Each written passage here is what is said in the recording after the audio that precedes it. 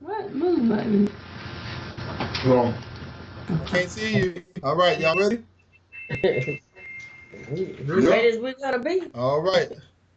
All right. This is my oral history report. On Miss Clarissa Leary, and it's discussing public school desegregation. All right. Miss Clear, are you ready? Yeah, I'm ready. All right. Question number one. Tell me about yourself. Give us a background as to who Clarissa Leary is. Uh, I'm Clarissa Leary. I'm from a little town called Harrison, Mississippi, near Fayette, Mississippi. Mm-hmm. And that's where I grew up, graduated from high school at 12th grade, and left there in 1971 and joined the military. So I went all my school years in that little town, which was really Fayette, Mississippi. Mm-hmm.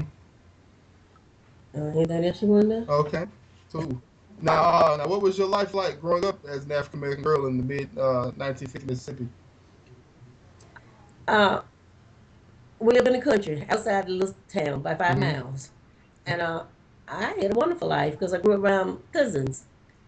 My dad had seven other sisters, well, one sister and six brothers, and we all grew up kind of like together. So I had a nice country upbringing. Nice, nice. Okay, now, if you don't mind me asking, how did your financial situations of that time period affect your family? Well, initially, before I even started school, my dad he did sharecropping, and I think I probably was around 3 or 4 years old because I remember that house burned down. So that's the end of sharecropping. So my dad started farming his dad's land because my grandfather had gotten too old. Because we moved in with him after we had the fire. And so we lived on the farm, and my dad grew everything. We go to school all day, come home from school, and we at dinner real quick and went out and we pick whole cotton, pick cotton, pull corn, you whatever. My dad had a garden, one for the family and one that he sold produce, and that's how we survived as kids growing up in Mm-hmm. back then. Okay. Now, describe to me up until school desegregation occurred. How was it going to like your all black school? Well, remember I'm from Mississippi, and then all everybody went to black school back then. We had the the black kids went to the black schools, the white kids went to the white schools, the white kids had their school bus, the black kids had their school bus. If they passed you, they weren't picking you up. We couldn't pick them up because you wasn't allowed to be. It was colored only and signs there, so it was all black schools, and everybody got along fine. Okay. Now, did you have any conversations with white kids on the way to school? Well, no, since I lived in the country, we was always bused into town where school was, and cause I live it's about 5 miles uh one way to get to school, so we never did had any confrontation with the white kids. Um, my family, we didn't. Okay. Now, is there any other reason why you think you didn't have any conversations with white kids? The reason was because we didn't walk to school and we was bused to school, and the bus always took us directly to school and brought us Mm-hmm. straight home. Mm-hmm. And it was out in the country. And where we lived, it was no white families Oh, lived okay. out there. Okay. All right. Now, describe like your social life as you when you were younger to our viewers during the Jim Crow era.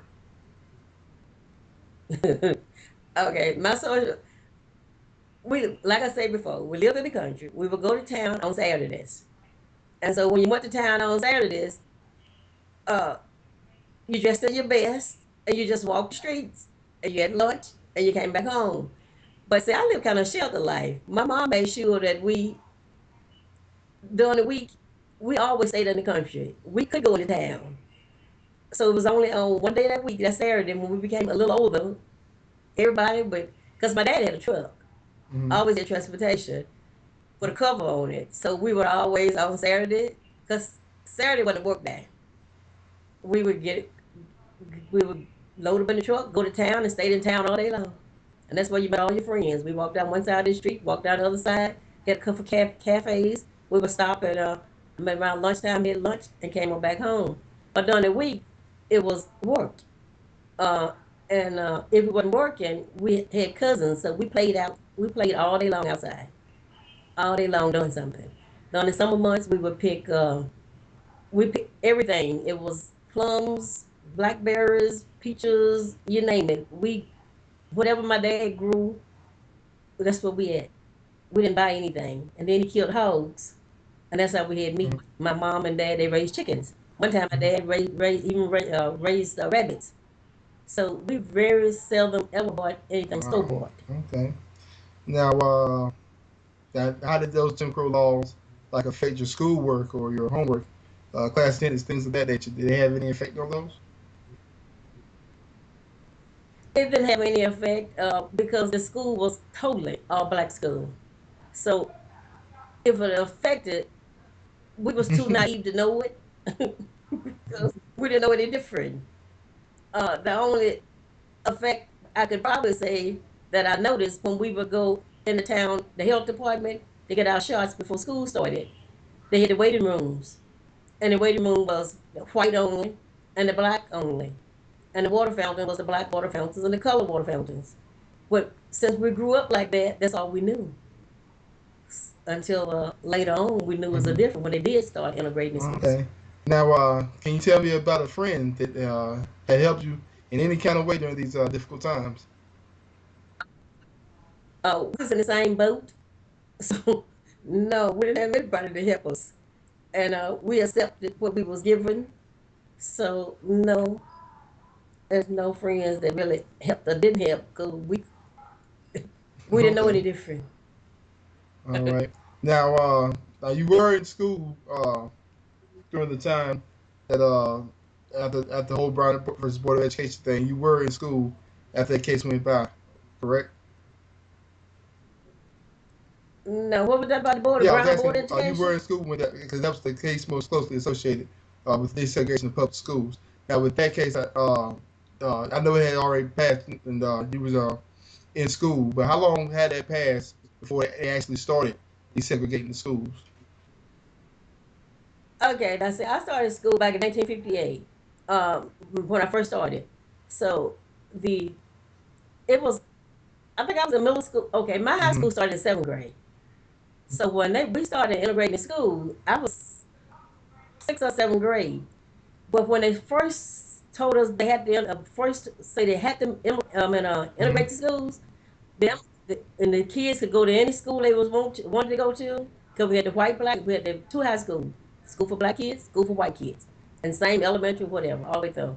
So how they integrated the schools initially is the black kids that was pretty well off, and the black kids that was really smart. They went on to white school. So no white kids ever came onto the black school. So they called it integrating schools until they found out that's how Mississippi did it, and they made them integrate the schools. And when they determined they made them integrated schools, they got rid of the black school, white school thing. They was just gonna have one high school. Well, my county is not that real, not that large, so it's gonna be one high school. So when they come out and it was mandatory, no ifs, ands, or buts about it. I'm serious as a heart attack. All the white families except one family that was real, real poor. The parents got together and started a private school, and it was just one white family was stuck with us, had to come up to the high school because it was no more white school, black school. Wow. And I was somewhere between somewhere between seventh and ninth grade. Okay. So, can you tell me what describe to me how you felt at that time when you heard that news that they had that Mississippi was making them, integrate the schools like that? Well, see, when they first come out with it and say you had to go to whatever school you wanted to go to, I knew my family could afford to send me anywhere, so I was happy to stay at the black school. And and then when they come out and say you had to integrate, when they made out the black school, it was the high school of the town. I was happy because I didn't have to leave my school. But then we wasn't aware until school started that we weren't gonna have any white kids. The number the one family, so it was fine with us. Okay. Now, prior to that year, were you nervous or afraid of the unknown, and if so, why? I wasn't nervous at all. My mom protected us. I lived kind of a sheltered life, so a lot of stuff that was going on in town, we weren't aware of it because it's not all this social media stuff like they have now anyway. And we didn't have television until I was in high school before we had TV, and it was black and white TV back then. And we had radio. We listened to radio. So I wasn't aware of some of the civil rights movement initially, wasn't aware of it. And what was going on with the school systems until, so it didn't really affect me. The only thing that did affect us, we noticed that our books was kind of raggy, and we got the same every year. Our books, I mean, they could be falling apart. They had the names, all in that, you know how they fill the names out who the book were the year before, and so we knew our material didn't wasn't as new or didn't look as good, and uh, and then I was told later on that they had the bus for the white kids back in them days. Their fenders was painted, you know, the grill Mm-hmm. in front of the bus was painted white, and the black kids' bus was painted black. Where if the bus passed the black family's house, you know not to get on that. You know that wasn't your bus. They're not even run to the bus stop.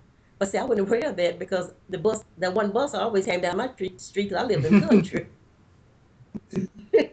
So you know, we had the kids in the city, you know, so they was more into mingling with, well, not really mingling because we knew we could mingle, but with the white kids more than I did out in the country. What I told they really did have the bus, you know, the bus is painted where you know not to go run to the side of the road to get on that bus because the grills was painted white and the black kids bus was painted black. So I was hoping that later on. Okay. So now, I remember you saying about the white families getting together and starting a private school. Did any of the other events take place, such as like riots or protests, because of this decision? Well, yeah, they did because we had Meg Edwards' brother, Charles Edwards. He came down to town, came down to Mississippi on all that Mm-hmm. time. Well, it was kind of after his brother got shot. I was still in high school. I was still in school though. So he came and settled in the town that I live in.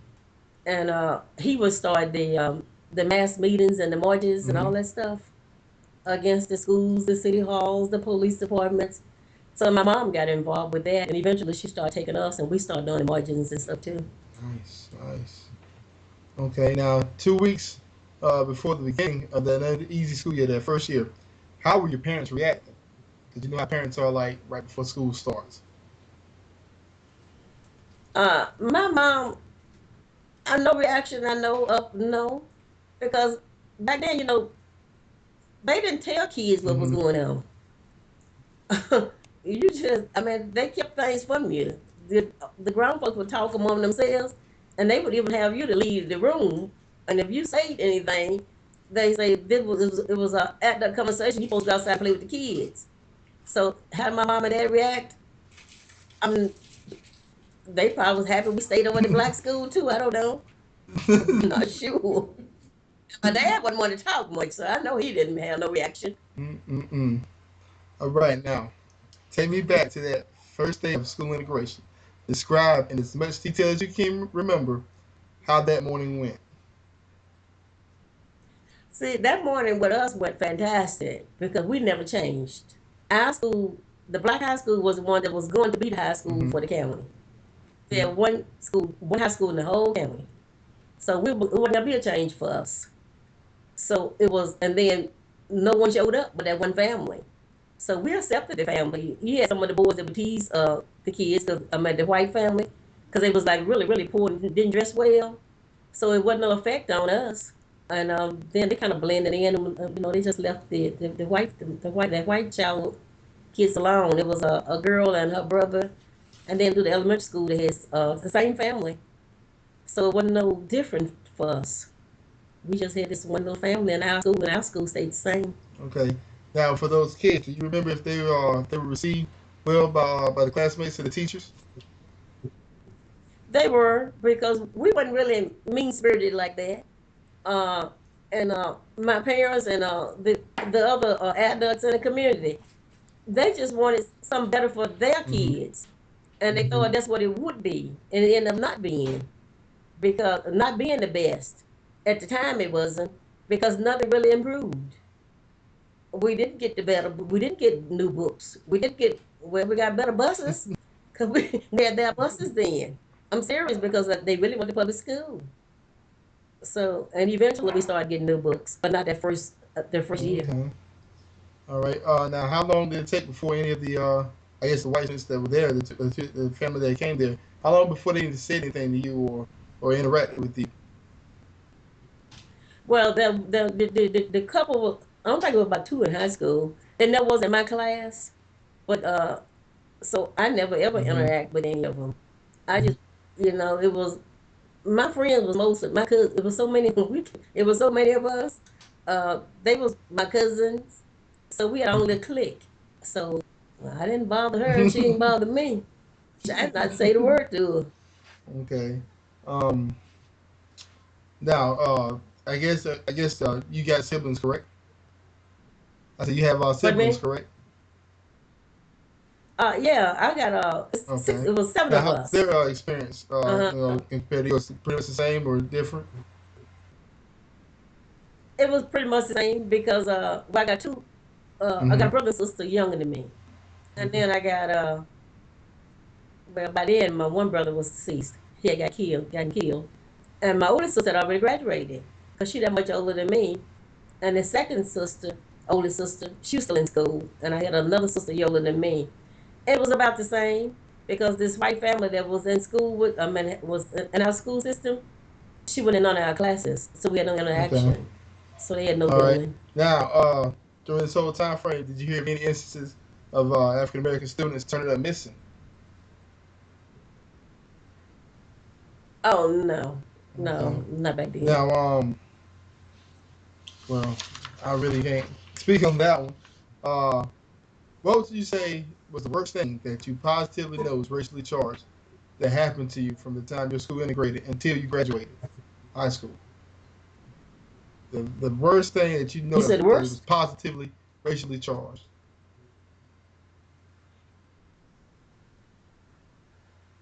during the school system itself. I would say nothing. In the community, Okay. yeah, but not school system because in the community we was doing all the marching and stuff trying to get that was back when we was trying to get Hmm. even for voting back in Mississippi because my parents and thing they weren't allowed to vote, so they was marching for that right to vote. So the school system itself, since it was all black administration, so it Okay. was not a problem. Now, from what you know today of the school atmosphere today, compared to how it was during that time period, what things are similar and what things are different? Mm-hmm. From my back You where I know, came from, with your in my experience, school or you just know what any. our school was back then compared to how it is now. What? Oh, no, it's completely different now. Mm-hmm. School's not really integrated. Back then it was just completely separate. Although they had the board, Brown versus Board of Education, and it was mandatory you had to. It wasn't not in my town, but now it's just totally integrated. It's schools now integrated, Okay. so I think it's better. And the kids get along. They got the white teachers and the black teachers. Now when they Okay. did have the See, like, integration, we did have how some was white those white teachers. teachers like? I guess perceived like by y'all. Uh, Fine. It was not a problem. We had a couple white teachers, but just no white Okay. students. All right. Well, we pretty much got through this. Any final comments you or thoughts you'd like to leave for our viewers? Uh, well, no. I can say 1971. I joined the military, left Mississippi, and never did go back to live. And was in the Air Force for 24 years. It was the greatest experience of my life. And that's why I wanted to join the military to travel, to find out how other folks live, how other folks got to get along. And the military was the most integrated place I ever been, and I thoroughly enjoyed my military career. Retired now from the military, working with the state and prison system, and getting ready to retire again and sit at home and enjoy the grandkids and travel more. And I'm in North Carolina now. That's my new home. And I go back to Mississippi like every 2 years because all my sisters and brothers still live there. My one brother now. My sisters and nieces and nephews live there, so I still connected with Mississippi forever. I'm enjoying my new home, my new state. All right. Well, we And thoroughly that's appreciate it. this interview that you granted upon us, and We thank you. We will see you later on. All right. Thank you very much. Okay. Bye. Okay, thank you. You want to talk back to Yeah, I'm still um recording. I'm about to you find a still way to cut recording? this part off though. You But I'll call you back. All right.